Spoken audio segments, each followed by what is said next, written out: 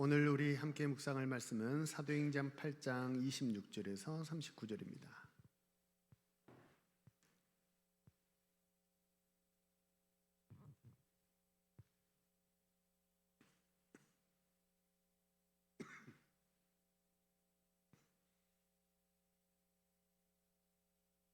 우리 사도행전 8장 26절에서 39절의 말씀 우리 찾으셨으면 함께 읽겠습니다. 26절입니다. 주의 사자가 빌립에게 말하여 이르되 일어나서 남쪽으로 향하여 예루살렘에서 가사로 내려가는 길까지 가라 하니 그 길은 광야라. 일어나 가서 보니 에티오피아 사람 곧 에티오피아 여왕 간다게의 모든 국고를 맡은 관리인 네시가 예배하러 예루살렘에 왔다가 돌아가는데 수레를 타고 선지자 이사야의 글을 읽더라. 성령이 빌립더러 이르시되 이 수레로 가까이 나아가라 하시거늘 빌립이 달려가서 선지자 이사야의 글 읽는 것을 듣고 말하되 읽는 것을 깨닫느냐 대답하되 지도해 주는 사람이 없으니 어찌 깨달을 수 있느냐 하고 빌립을 청하여 수레에 올라 같이 앉으라 하니라. 읽는 성경 구절은 이것이니 일러스되 그가 도살자에게로 가는 양과 같이 끌려갔고 털 깎는 자 앞에 있는 어린 양이 조용함과 같이 그의 입을 열지 아니하였도다.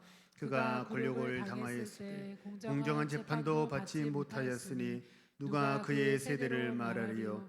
그의 생명이 땅에서 빼앗김이로다 하였거늘 그 네시가 빌립에게 말하되 청컨대 내가 묻노니 선지자가 이 말한 것이 누구를 가리킴이냐 자기를 가리킴이냐 타인을 가리킴이냐.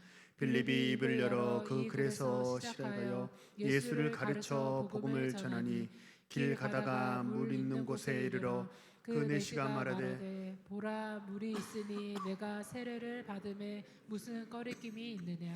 이에 명하여 수레를 멈추고 빌립과 네시가 다 물에 내려가 빌립이 세례를 베풀고 둘이 물에서 올라올세 주의 영이 빌립을 이끌어 간지라. 네시는 기쁘게 길을 가므로 그는 다시 보지 못하니라. 아멘. 할렐루야. 우리 한번 앞뒤 자리에서 서로 인사하시죠. 하나님 당신을 사랑하십니다.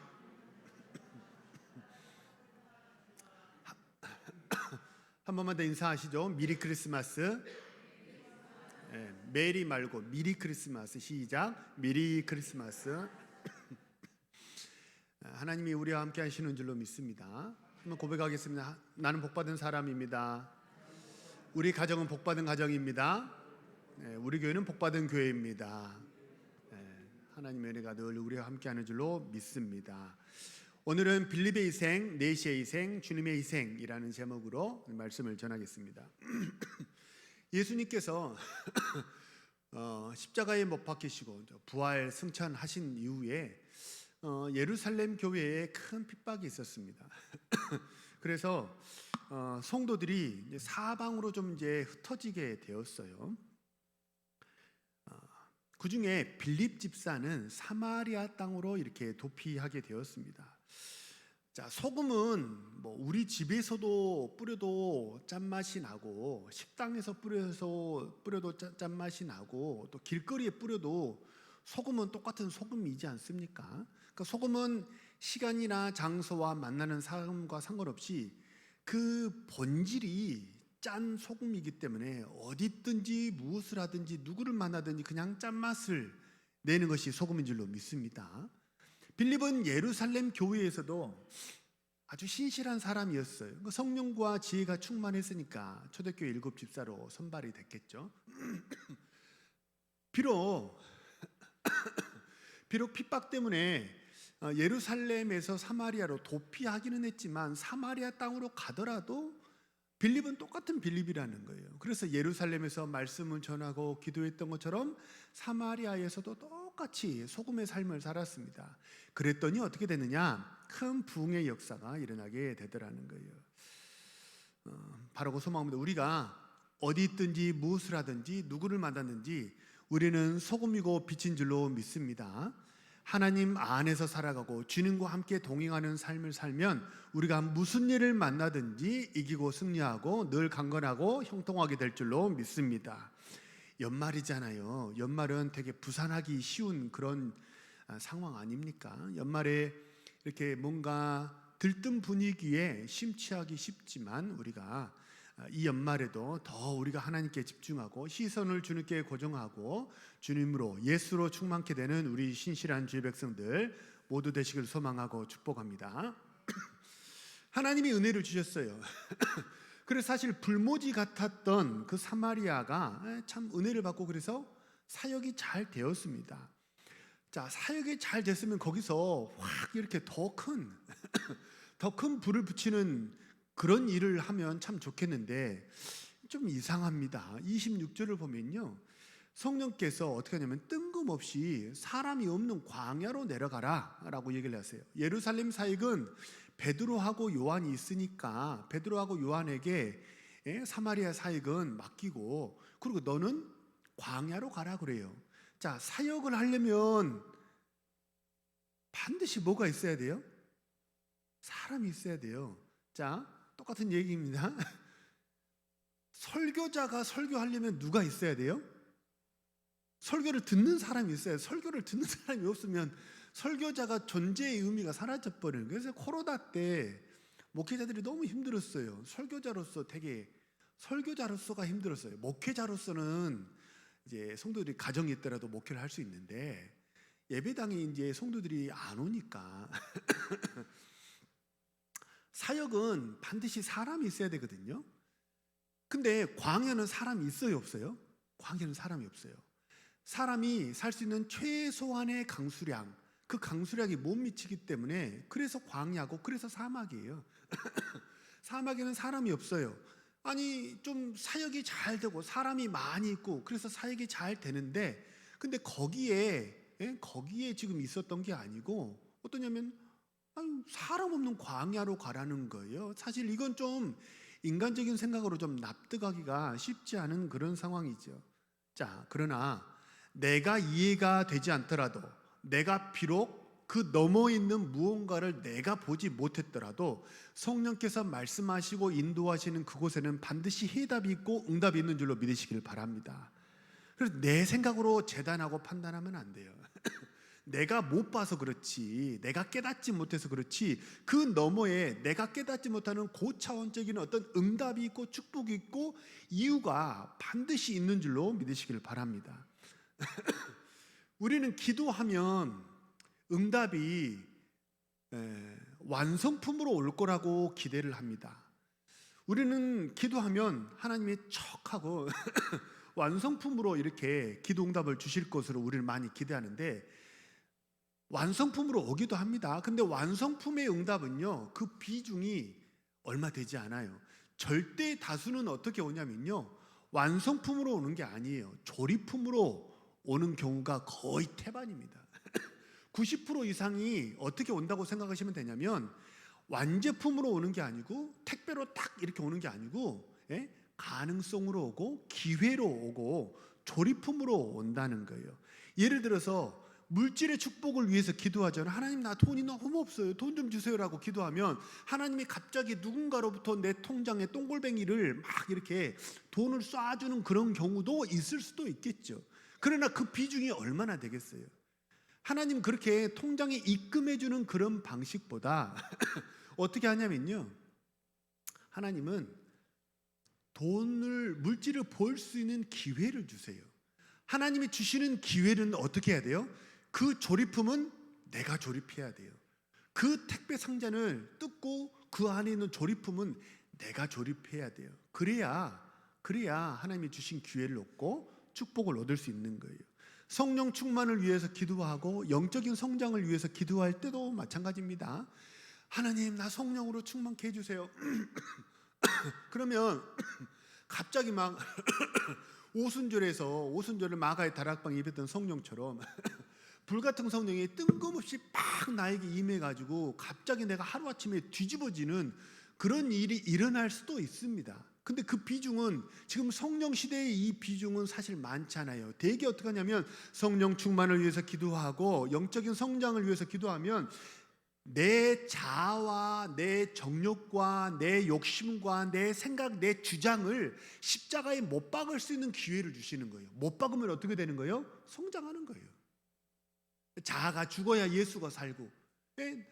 내가 이게 마치 시서와 같아요. 우리 찬양했지만 예수로 충만하기를 원합니다. 기도한다는 것은 사실 예수로 충만하면, 충만이라는 것은 가득 찼다는 거잖아요. 그렇죠? 물컵에 물이 충만하다는 얘기는 그 안에 빈 공간이 있다는 거예요, 없다는 거예요? 없다는 거예요. 예수로 충만하기를 원합니다 라는 얘기는 반대로만 말하면 뭐예요? 내 자아가 없습니다. 완전히 죽어서 없습니다. 그게 예수로 충만합니다 라는 뜻이에요. 그러니까 우리가 성령 충만을 위해서 기도하고 또 영적 성장을 위해서 기도하면 내 자아하고 성령의 역사가 부딪히는 기회를 만나게 하고 꼭 그걸 깨닫게 하세요. 아, 이게 부딪히는구나, 이걸 깨달아요. 그럼 어떻게 해야 돼요? 거기서 뭘 선택해야 돼요? 자아를 선택하면 도로 제자리예요. 항상 그 밥이 그 나물이에요. 근데 거기서 성령을 선택하고 자기를 부인하고 내 생각을 내려놓고 오직 성령의 인도하심에 순종하면, 그러면 영적으로 성장하고 하나님의 기이한 은혜와 축복을 우리가 누리게 될 줄로 믿으시기를 바랍니다. 빌립도 마찬가지입니다. 빌립이 아마도 초대교회 7명의 집사 중에서 아마 유독 이렇게 빌립의 일을, 초대교회 7집사 중에 사실 사도행전에 그 행적이 기록된 7집사는 사실 몇 안 돼요. 스데반, 빌립, 브로고루, 니가노르, 디몬, 바메나, 니골라. 초대교회 7집사 중에 아시는 분 누구 있으세요? 오늘 본문에 빌립이고 또 한 사람, 유명한 사람 한 사람 있죠. 누구죠? 그 사람 외에는 몰라요. 근데 아마도 이 빌립을 기록한 것은, 사도행전은 선교의 역사를 기록하는 책이기 때문에 아마도 빌립은 유독 복음을 전하는 일에 굉장한 열정과 소망을 가지고 있었던 것 같아요. 알 수는 없어요. 그러나 결과적으로 봐서 아마 그렇지 않나 싶어요. 하나님, 내가 주님의 말씀을 붙잡고 예루살렘과 유대와 사마리아와 땅끝까지 이르러 내 복음을 전하라 하셨으니까 하나님, 내가 복음 전하는 사람 되기를 원합니다. 복음의 기회를 주십시오. 아마도 이렇게 기도하고 그렇게 갈망했던 것 같아요. 그러니까 그렇게 기도하니까 하나님이 빌립에게 어디로 가라고 하신 거예요? 사마리아로 가게 하신 거예요. 사마리아는요, 위치적으로 지리적으로 굉장히 의미가 있는 곳이에요. 예루살렘이 복음이 전해지면 그 다음엔 어디예요? 유대 땅이에요. 그 다음이 어디예요? 사마리아예요. 그러니까 사마리아의 복음이 전파된다는 것은 예수님의 지상 사명에 따라서 복음이 점점점 이렇게 확장이 되고 있다 라는 그런 상징적인 의미가 있기 때문에 사마리아 전도는 굉장히 의미가 있는 거예요. 빌립이 사마리아로 갔어요. 그래서 예루살렘에 있던 빌립에게 하나님은 최초의 사마리아 선교사가 될 수 있는 기회를 주셨고요. 또 그렇게 빌립이 선교에 대해서 열망이 있었기 때문에 사마리아에서 복음을 전하는 빌립을 데려다가 어디로 보내셨어요? 남방 광야로 보내셨어요. 거기서 만난 사람이 누구예요? 에티오피아 내시잖아요. 그러니까 빌립은 어떤 사람이 된 거예요? 최초의 사마리아 선교사가 됐을 뿐만 아니라 최초로 어떤 사람이 된 거예요? 아프리카 선교사가 된 게 빌립이에요. 최초의 아프리카 선교사가 누굽니까? 라고 퀴즈에 나오면 누구라고 써야 되는 거예요? 빌립이에요, 빌립. 남이 했던 걸 따라하는 건 쉬워요. 남이 했던 걸 따라하는 건 쉬워요. 어렵지 않습니다. 왜 예전에 제가 그런 글을 봤는데요. 어떤 이제 프랑스의 어떤 그 유명한 화가가 그림을 그렸어요. 근데 그 그림이 마치 우리가 지금 그림을 모르는 사람이 보기에는 마치 초등학생이 끄적끄적 해놓은 것 같은 그런 그림이었어요.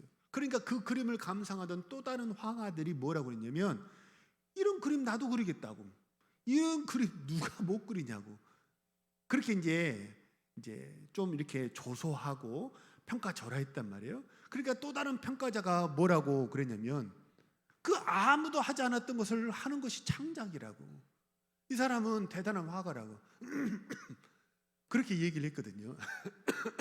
그러니까 남들이 하는 걸 따라하는 것은요, 카피캣은요 사실 쉬워요. 어렵지 않아요.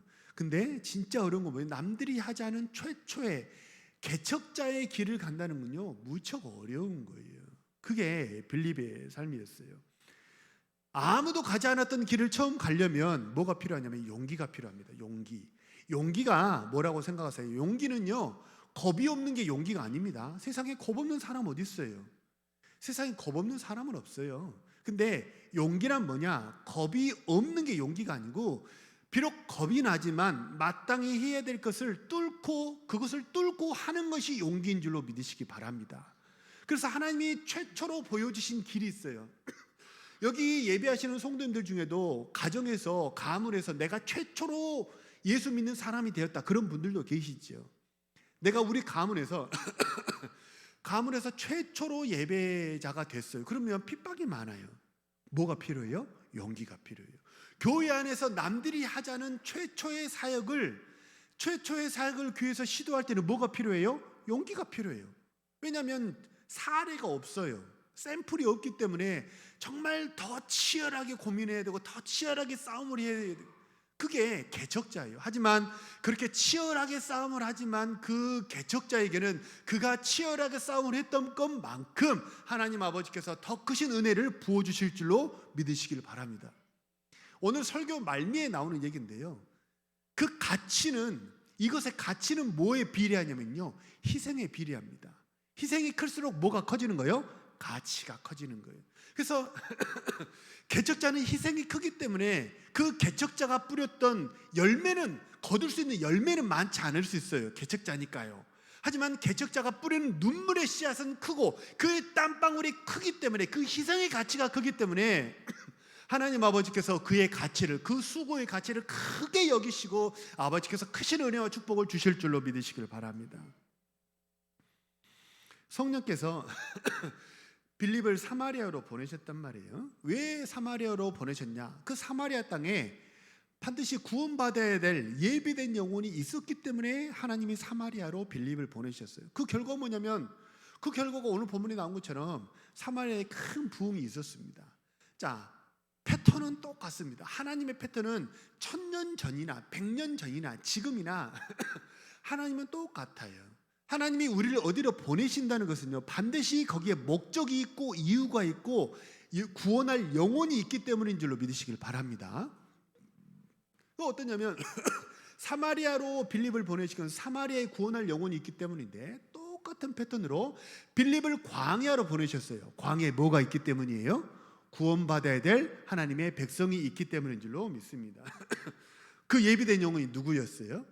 에티오피아 여왕 간다게. 아마도 이제 국왕 여왕의 이름이 간다게였던 것 같아요. 그 여왕 간다게의 내시는 재정을 맡은 내시라고 그래요. 그러니까 우리 조선시대에서 전하하던 그런 내시 정도가 아니고, 이 사람은 우리식으로 지금 21세기로 말하면 재무부 장관 정도 되는 아주 높은 사람이에요. 재정을 담당했다고 그러잖아요.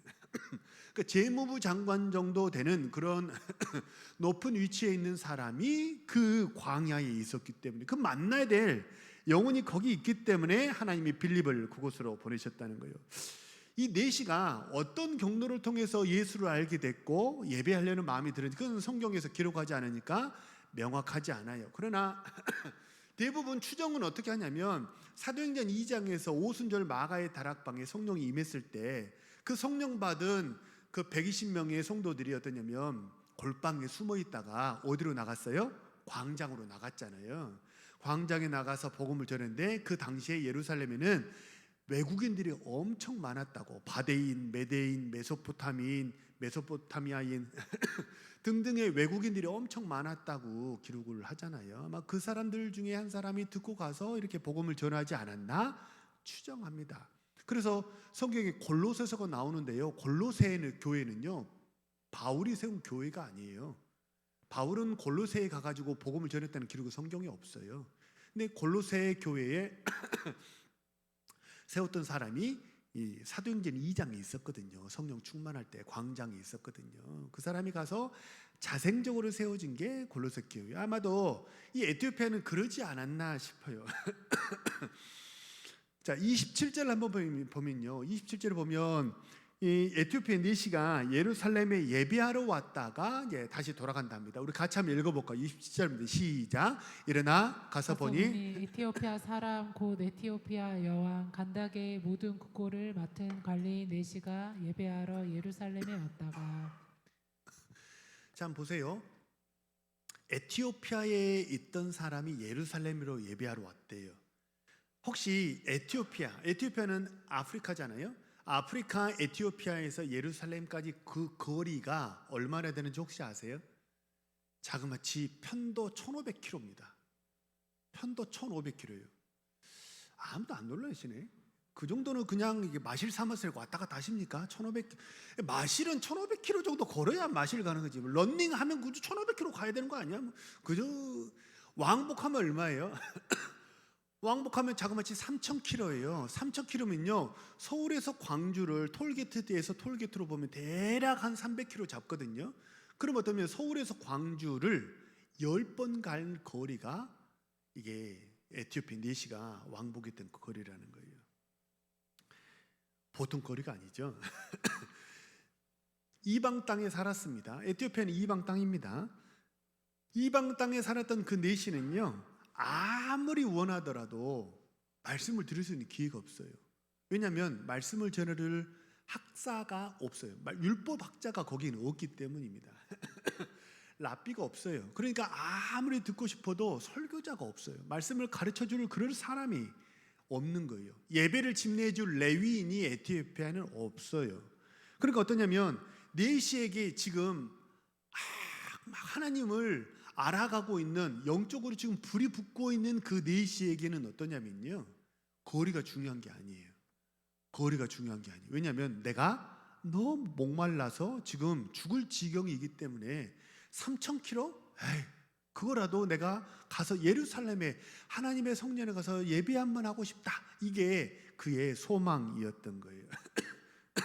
근데 보세요. 편도 1,500km를 걸어왔다고 해서 아유, 이렇게 먼 길로 오셨어요 라고 이렇게 환대해주고 귀빈 대접해주냐? 그렇지 않습니다. 먼 길을 왔다고 참 고생하셨습니다, 이렇게 좋은 자리에 앉으십시오 이렇게 환대해주고 그러는 게 아니에요. 당시 예루살렘 성전에는요, 유대인들은 그 성전 안에 들어갈 수 있었어요. 근데 여인들은 성전 안에 들어갈 수가 없었고 이방인들도 그 성전 안에 들어갈 수가 없었어요. 그래서 어떠냐면요, 여인들은 성전 안에 들어가지 못했고 여인들을 위한 뜰 따로 있었어요. 그래서 여인의 뜰이라고 불렀고요, 이방인을 위한 뜰이 따로 있었어요. 이방인의 뜰이라고 불렀어요. 그들은 아무리 멀리서 이 에티오피아 네시가 내가 자그마치 어디서 왔는지 아냐고, 나 1,500km를 왔다고, 1,500km 걸어나 봤냐고, 내가 얼마나 큰 희생을 치르고 지금 여기 왔는지 아냐고, 내가 지금 얼마나 목마른지 아냐고, 나 얼마나 하나님 만나고 싶은지 아냐고, 나 성전 안에 들어가고 싶다고 아무리 목소리를 크게 높여도요, 성전 안에 들어보내주지 않아요. 그가 갈 수 있는 가장 가까운 거리는 어디예요? 이방인의 뜰이 전부예요. 그러니까 우리식으로 말하면 이 본당 안에 들어와서 직접 예배를 할 수가 없는 거예요. 어디까지가 최대치예요? 1층 로비가 최대치예요. 1층 로비에서 그냥 이 스피커 소리로 웅웅거리는 스피커 소리를 듣고 그냥 1층 로비에 앉아가지고 거기 의자에 앉아가지고 예배하고 가는 게 그가 할 수 있는 전부예요. 어떻게 하시겠어요? 우리 성도님들 같으면 어떻게 하시겠어요? 내가 진짜 예배하고 싶어가지고 이번 주 한 주간의 삶이 내가 너무 힘들었던 거예요. 영적인 공격이 너무 심했고 마귀가 나를 너무 쥐 들고 흔드니까 내가 하나님 은혜가 아니면, 아버지 하나님 나를 만나주시지 않으면 내가 너무 죽겠습니다. 목이 마릅니다. 내가 너무 흔들립니다. 괴롭습니다. 하나님 응답해 주세요. 나를 좀 만나주세요. 은혜를 내게 좀 주세요 라고 그런 마음으로 교회를 왔어요. 본당에 못 들어와요. 그럴 것 같으면 우리 교회 오시겠어요? 안 오시겠어요? 우리 같으면 그럴 거면 뭐로 거기 가? 가나 안 가나 똑같네. 가나 안 가나 똑같은 거 아니야? 우리는 그렇게 생각할 수 있죠. 하지만 목말라 죽겠는 사람은요, 현실적으로 그 문제가 닥치면 그게 상황이 달라요. 예를 들어서 NGO 단체들의 보고에 따르면요, 지금도 21세기 지금 2025년 12월인 지금도 어떠냐면 아프리카에는 물을 뜨기 위해서 매일 6km를 걸어가야 되는 부지기수래요. 그런 부족이 엄청 많대요. 물이 없어요. 마실 수 있는 깨끗한 물이 없는 거예요. 그래서 그 물을 뜨기 위해서 매일 6km를 가야 돼요. 왕복 12km예요. 자, 편도 6km를 그 아프리카 땡볕을 맞으면서 6km를 걸어가야 합니다. 거기서 대략 10리터에서 20리터의 물통을 들고 가가지고 물을 뜬대요. 그러면 그 물을 뜨면 어떻게 하냐면 그 물을 머리에 이고 이렇게 온대요. 그거를 어떻게 해야 돼요? 이 6km를 머리에 20리터를 지고 와야 되는 거예요. 그거를 날마다 해야 되는 거예요. 하루도 빠짐없이 내가 몸이 아프든지 목이 쑤시든지 마음이 축 처졌든지 아무런 상관이 없어요. 날마다 6km를 그렇게 걸어가야 되는 거예요. 그래 왕복 12km를 해야 그래야 생각해 보세요. 한 가족이 20리터라 그러면 그거 얼마나 되겠어요? 씻을 물은 거의 생각도 못 하는 거예요. 거의 그냥 간신히 먹고 사는 정도의 물이 20리터 아니겠습니까? 그리고 내일이면 또 물을 뜨러 가야 되는 거예요. 그들은 왜 가는 거예요? 그 고생되는데 왜 가는 거예요? 목마르기 때문입니다. 우리 같으면 1층 로비에서 그렇게 웅웅거리는 스피커 소리만 듣고 간다 그러면 그럴 거면 교회에 뭐하러 가나? 우리는 그런 생각이 있죠. 왜냐하면 우리는 대안이 얼마든지 있기 때문입니다. 우리는 대안이 얼마든지 있기 때문에 대안이 있잖아요. 그러면 매달리지 않아요. 가난한 마음이 아닌 거예요. 그게 부요한 마음인 거예요. 심령이 가난한 자는 복이 있나니 천국이 저희 것이라는 것은 이거 아니면 대안이 없다. 그게 가난한 마음이에요. 그게 절박한 마음이에요. 그래서 이 아프리카 사람들은 절박해요. 그러니까 매일 가는 거예요. 에티오피아에 내시는 마음이 절박해요. 그러니까 어떠냐면 그 편도 1500km를 그 이방인의 뜰까지밖에 내가 못 간다 손 치더라도 가는 거예요. 간절함에 비례해서 뭐가 커져요? 축복이 커져요. 따라서 한번 해보세요. 간절함에 비례해서 축복이 커집니다. 내가 간절한 만큼 은혜 받아요. 내가 간절한 만큼 응답의 축복이 커지는 거예요. 그래서 우리가 천국이라는 큰 축복을 받으려면 어떻게 해야 돼요? 심령이 완전히 가난해야 돼요. 완전히 타는 듯한 목마름으로 우리가 내려가야 돼요. 주님 외에 다른 것으로는 해결이 없습니다. 이것 외에는 내게 오늘의 예배가 아니면 나에게 기회가 없습니다. 이 절박한 마음이 우리에게 천국의 축복을 주시게 되는 줄로 믿으시길 바랍니다. 그런 거예요. 간절함에 비례해서 헌신이 커져요. 수고로움이 커지는 거예요. 6km를 걸어가고 1500km를 걸어가는 거죠. 간절함에 비례해서 헌신은 커지고요. 그 헌신의 크기에 비례해서 하나님의 축복도 함께 커진다는 거예요. 그래서 이 에티오피아 니시가 받았던 축복이 뭐예요? 35절 보면요, 메시아에 대한 말씀을 들었어요. 같이 한번 읽어볼까요? 35절 시작. 빌립이 입을 열어 이 글에서 시작하여 예수를 가르쳐 복음을 전하니. 38절도 같이 한번 읽어볼까요? 시작. 이에 명하여 수레를 멈추고 빌립과 네시가 둘 다 물에 내려가 빌립이 세례를 베풀고. 자, 예루살렘과 그 다음에 어디예요? 유대와 그 다음에 어디예요? 사마리아와 그 다음에 어디예요? 그러니까 최초로 사마리아의 문을, 선교의 문을 열었던 게 빌립인데, 여기서 예수를 가르쳐 복음을 전했다고 그랬잖아요. 최초의 이방인 아프리카 선교사가 누가 된 거예요? 빌립이 된 거예요. 빌립은 그런 축복을 받은 거예요. 왜요? 하나님 말씀, 이해가 안 되는 하나님 말씀을 순종하고 광야에 갔더니 만난 거예요. 위도와 경도로 보면 예루살렘에서 에티오피아로 가는 길은요, 이렇게 가야 됩니다. 그렇죠? 지리적으로 보면 이렇게 가야 됩니다. 근데 예루살렘에서 광야로 내려갈 때는요, 이렇게 내려가야 돼요. 광야로. 그러니까 수직과 수평이에요. 수직과 수평이 만나려면 뭐가 중요해요? 자, 한 사람이라도 빨리 지나가 버리면 뭐만 보는 거예요? 바퀴 자국만 보는 거예요. 발자국만 보게 되는 거예요. 근데 수직과 수평이 만나려면 뭐가 중요해요?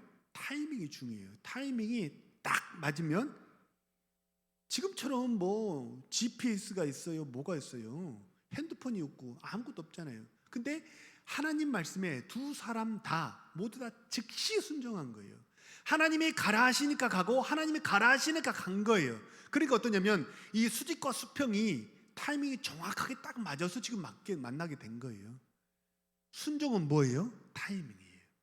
순종은 마치 신선식품과 같아요. 그래서 타이밍이 맞지 않으면 실온에 그대로 그냥 내일 해도 되겠지라고 실온에 내버려 두잖아요. 상해요. 그래서 뭐만 보게 되는 거예요? 늦게 온 한 사람은 바퀴 자국만 보든지, 수레로 왔으니까 바퀴 자국을 보든지 아니면 빌립의 발자국만 보고 그냥 지나가는 거예요. 헛손질하게 되는 거예요. 근데 하나님 말씀에 순종이 타이밍이 딱 주신 말씀에 즉각 순종하면 딱 타이밍이 맞아요. 그래서 이 네시가 1500km를 희생하면서 와가지고 받았던 그 축복이 뭐냐? 아프리카 최초로 구원받는 사람이 됐다는 거예요. 성경의 이름이 그 행적이 기록이 되잖아요. 에티오피아 네시가 아프리카 최초로 구원받는 사람이 되고 아프리카 최초로 뭐 어떤 사람이 된 거예요? 세례받는 사람이 됐어요. 자, 구원받았다. 이거를 고유명사로 말하면 뭐예요? 영생의 축복을 받게 된 거예요. 천국 가게 된 거예요. 근데 이 구원받았다는 말을 일반 명사로 말하면 그게 뭐예요? 문제가 풀렸다는 거예요. 하나님 말씀에 즉각적으로 순종하시기를 소망하고 축복합니다. 그러면 어떤 축복을 받게 되는 거예요? 적시. 하나님의 축복은요 항상 인타임이고 온타임인 줄로 믿으시길 바랍니다. 하나님은 인타임이에요. 적기적소예요. 인타임 온타임. 하나님은 정확한 때에 가장 좋은 곳으로 가장 좋은 방편으로 가장 좋은 때에 우리에게 응답하시는 줄로 믿으시길 바랍니다. 그래서 구원받고 세례받게 된 거예요. 문제가 풀리게 된 거죠. 이게 우리로 치자면 마치 지금 우리가 기다리고 있는 성탄절과도 같습니다. 예수님의 성육신, 우리는 귀하다고 말해요. 성육신은 왜 귀한가요? 성육신은 왜 귀해요? 늘 예수님이 이 땅에 사셨더라면, 사람의 모습으로 살고 계셨더라면, 그리고 그 성육신한 것으로 인해서 잃어버릴 게 하나도 없고 이 땅에서 더 큰 뭔가를 얻었다면 그걸 귀하다고 말할 필요가 없어요. 근데 우리가 예수님의 성탄, 크리스마스, 성육신이 귀하다고 말하는 이유가 뭐예요? 희생이 크기 때문입니다. 사람이 개가 되고 사람이 지렁이가 되는 것보다 훨씬 더 어렵고 힘든 게 뭐냐면 신이 사람이 되는 거예요. 신은 천국에서 하나님은 말씀하시면 천군 천사들이 즉각적으로 하나님 말씀을 다 실행하고 순종해요. 모든 존귀와 영광을 다 받으셨어요. 배고픔이 없어요. 영이시기 때문에 그래요. 잠잘 이유도 없어요. 질병의 공격도 없고 나를 미워하는 사람도 없고 모든 존귀와 영광 가운데 그렇게 찬양을 받으시면서 천국에서 그렇게 지내셨단 말이에요. 근데 이 땅에 오시는 순간 어떻게 되냐면요, 질병의 위험, 추위와 더위와 배고픔, 사람의 공격, 미움, 누명 이런 걸 뒤집어 써야 돼요. 신이 사람이 됨으로 인해서 치러야 될 대가예요. 그게 하나님의 사람이 되셔서요 좋은 건 하나도 없어요. 오직 하나님의 사람이 되신 그 이유와 목적은 뭐냐면 우리를 사랑하시기 때문에 우리를 구원하시려는 그 목적 하나뿐이었다는 거예요.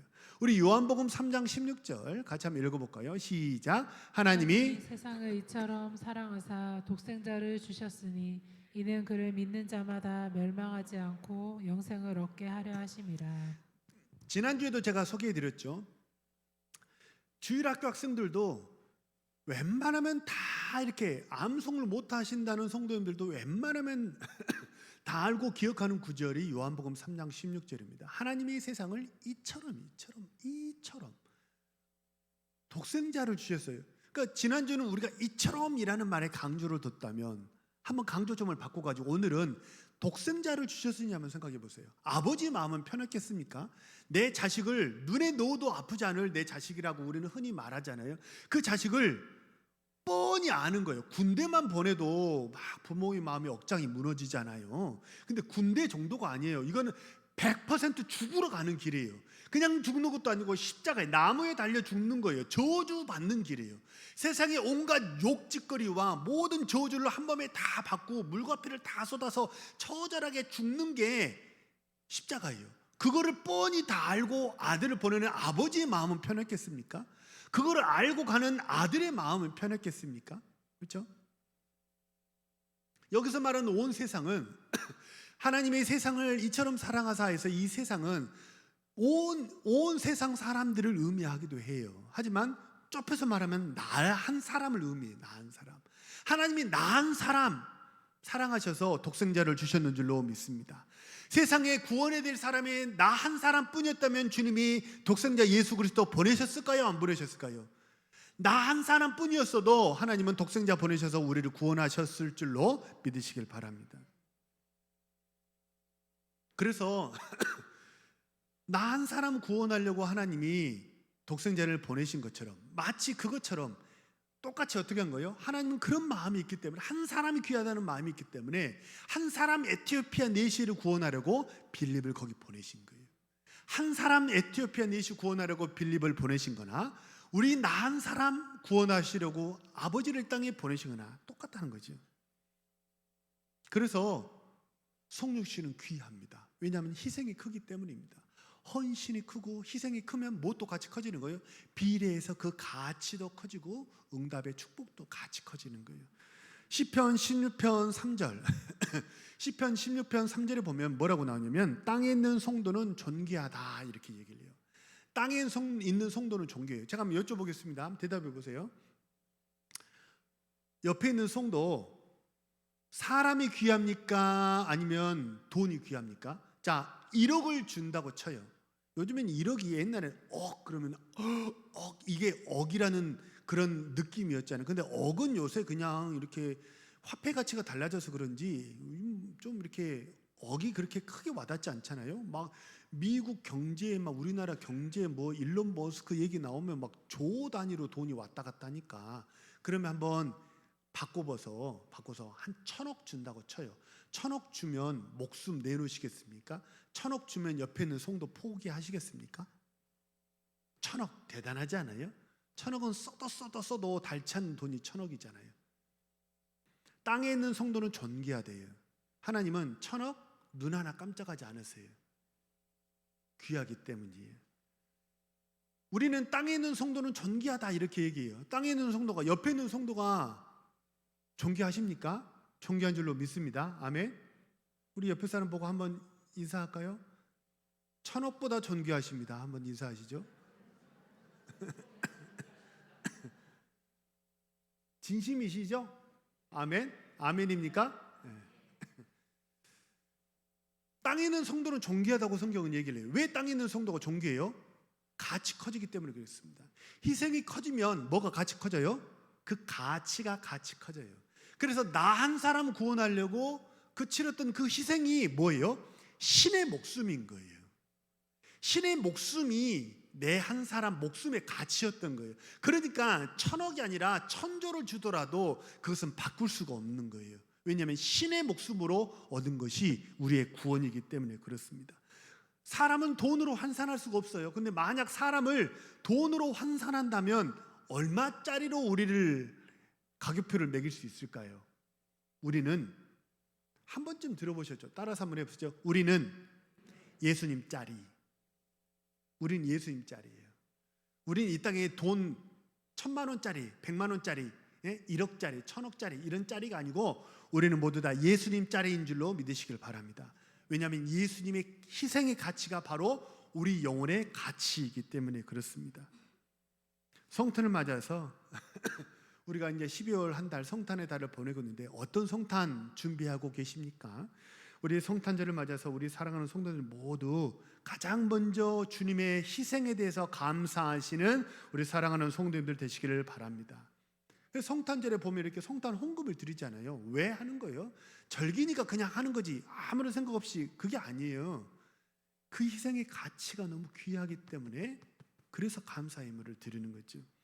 주님의 희생으로 말미암아 새 생명을 얻었으니까 우리가 이 땅을 사는 동안 하나님께 그 은혜와 사랑에, 그 받은 은혜와 사랑에 감사하면서 또 이웃에게도 그 은혜와 사랑을 나누면서 살아가시는 우리 신실한 주의 백성 모두 되시기를 소망하고 축복합니다.